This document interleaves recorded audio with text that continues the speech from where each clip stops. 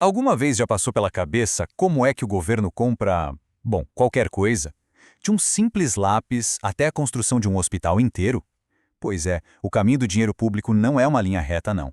É um percurso cheio de regras, de etapas, e nesta análise a gente vai seguir essa trilha juntos, passo a passo, desde a escolha da empresa até o momento do pagamento final.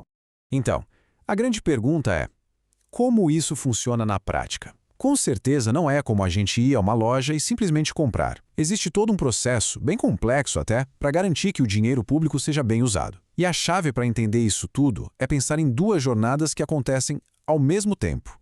Imagina só duas trilhas numa floresta correndo lado a lado. De um lado tem a trilha do contrato. É o caminho legal, burocrático, onde se decide quem vai fazer o serviço e com quais regras. Do outro lado, a trilha do orçamento. É o caminho do dinheiro, que garante que a grana existe e vai ser paga direitinho. E o mais importante, elas precisam avançar juntas. Se uma para, a outra para também.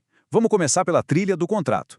A regra geral para o governo contratar qualquer coisa é a licitação. Pensa nela como uma competição oficial, onde várias empresas disputam para oferecer o melhor serviço ou o melhor produto, pelo melhor preço, claro. E esse processo não é de qualquer jeito não, ele é todo estruturado, dividido em fases bem claras. A lei define uma sequência de 7 fases, uma depois da outra. Começa com a preparatória, que é quando o governo estuda o que precisa. Depois vem a divulgação do edital, que é basicamente o manual com as regras do jogo. Aí as empresas apresentam as propostas, que são julgadas. Aqui ganhar passa pela habilitação para provar que tem condições de cumprir o contrato. Ainda tem a fase recursal, para quem quiser contestar, e por fim a homologação, que bate o martelo e confirma o resultado. É um caminho bem rigoroso. Mas será que esse caminho longo é sempre obrigatório? Então, a própria lei prevê algumas exceções, uns atalhos. Mas atenção, não é uma escolha aleatória de quem está no comando, tá? Existem 2 tipos principais de exceção, e entender a diferença entre eles é crucial. Agora, vamos entender a diferença aqui, que é o pulo do gato. Na licitação dispensável, a competição até seria possível, sabe? Mas a lei autoriza a contratação direta em situações bem específicas.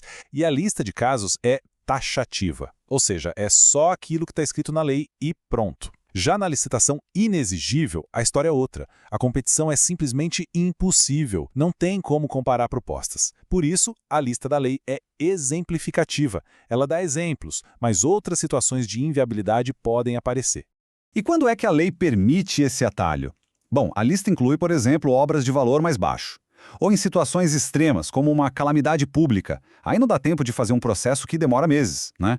E até em casos de segurança nacional como guerra. Percebe que em todas essas situações a agilidade acaba sendo mais importante que a competição formal? Essa frase aqui resume perfeitamente a lógica da inexigibilidade. É simples. Se não dá para competir, para que fazer um processo de competição? A licitação existe justamente para isso. Se não tem como ter disputa, o processo todo perde o sentido. E aqui a gente tem um exemplo mais clássico de todos. Pensa que o governo precisa comprar um remédio que só uma farmacêutica no mundo produz. Como é que se faz uma competição? Não tem como. Nesse caso, a contratação é direta com esse fornecedor exclusivo. É a inviabilidade de competição na sua forma mais pura. Certo. Seja por licitação ou por contratação direta, no fim das contas, um contrato é assinado. Mas olha, um contrato com o governo não é um contrato qualquer, como um que a gente faz para alugar uma casa. O Estado tem os poderes especiais, porque a ideia é que o interesse público está sempre acima do interesse privado. E esses superpoderes têm um nome: cláusulas exorbitantes. O nome já dá uma boa pista, né? Elas exorbitam, vão além do que seria normal ou permitido num contrato entre particulares. Elas existem para colocar a administração pública numa posição de vantagem e, com isso, garantir o interesse de todo mundo. E que poderes são esses? Bom, a administração pode, por exemplo, mudar o contrato sozinha sem pedir permissão para a empresa, pode também acabar com o contrato, fiscalizar de perto a execução, aplicar multas e, em casos bem extremos, até ocupar os equipamentos e os funcionários da empresa para garantir que um serviço essencial não pare. São poderes bem grandes. Ok, fechamos a trilha do contrato. Agora vamos voltar para aquela outra via paralela que a gente falou lá no começo, o caminho do dinheiro.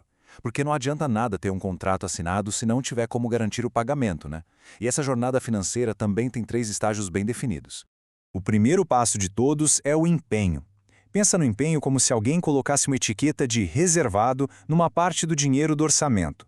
É a autoridade pública dizendo: Essa grana aqui está carimbada para pagar o contrato X. Isso cria uma obrigação para o Estado. É a segurança que o fornecedor tem de que se ele fizer a parte dele, o dinheiro vai estar lá esperando. Depois que o serviço é feito ou o produto é entregue, vem a liquidação. Esse é o momento da conferência. A administração vai checar se tudo foi entregue direitinho, como estava no contrato. A estrada foi asfaltada com o material certo? Os computadores que chegaram são os modelos combinados? É aqui que se confirma que o fornecedor tem o direito de receber. Só se paga por aquilo que foi recebido e aprovado. E finalmente, com tudo conferido e aprovado lá na liquidação, a gente chega no pagamento. Esse é o último ato, a ordem para o banco transferir a grana da conta do governo para a conta da empresa. É o momento em que a obrigação do Estado é cumprida e o dinheiro, de fato, sai dos cofres públicos. Agora, para fechar, vamos juntar tudo. As duas trilhas que a gente percorreu, a do contrato e a do orçamento, elas precisam se encontrar para a coisa toda funcionar. Uma não vive sem a outra. E essa tabela mostra essa sincronia perfeita. A jornada do contrato começa tudo. A licitação acontece e o contrato é assinado. Quase ao mesmo tempo, na jornada do orçamento, o dinheiro é reservado pelo empenho. Aí o serviço é executado e o governo vai lá e confere tudo na liquidação. E só depois dessa checagem com sinal verde é que o último passo acontece, o pagamento. Uma etapa vai destravando a outra. As duas jornadas se completam. E tudo isso nos deixa com uma reflexão. Todo esse processo, com todas essas fases e verificações, ele existe para proteger o nosso dinheiro e garantir o interesse da sociedade. Mas fica a pergunta, como a gente pode equilibrar todo esse controle, que é super necessário, com a agilidade que o mundo de hoje exige? Esse talvez seja o grande desafio da gestão pública.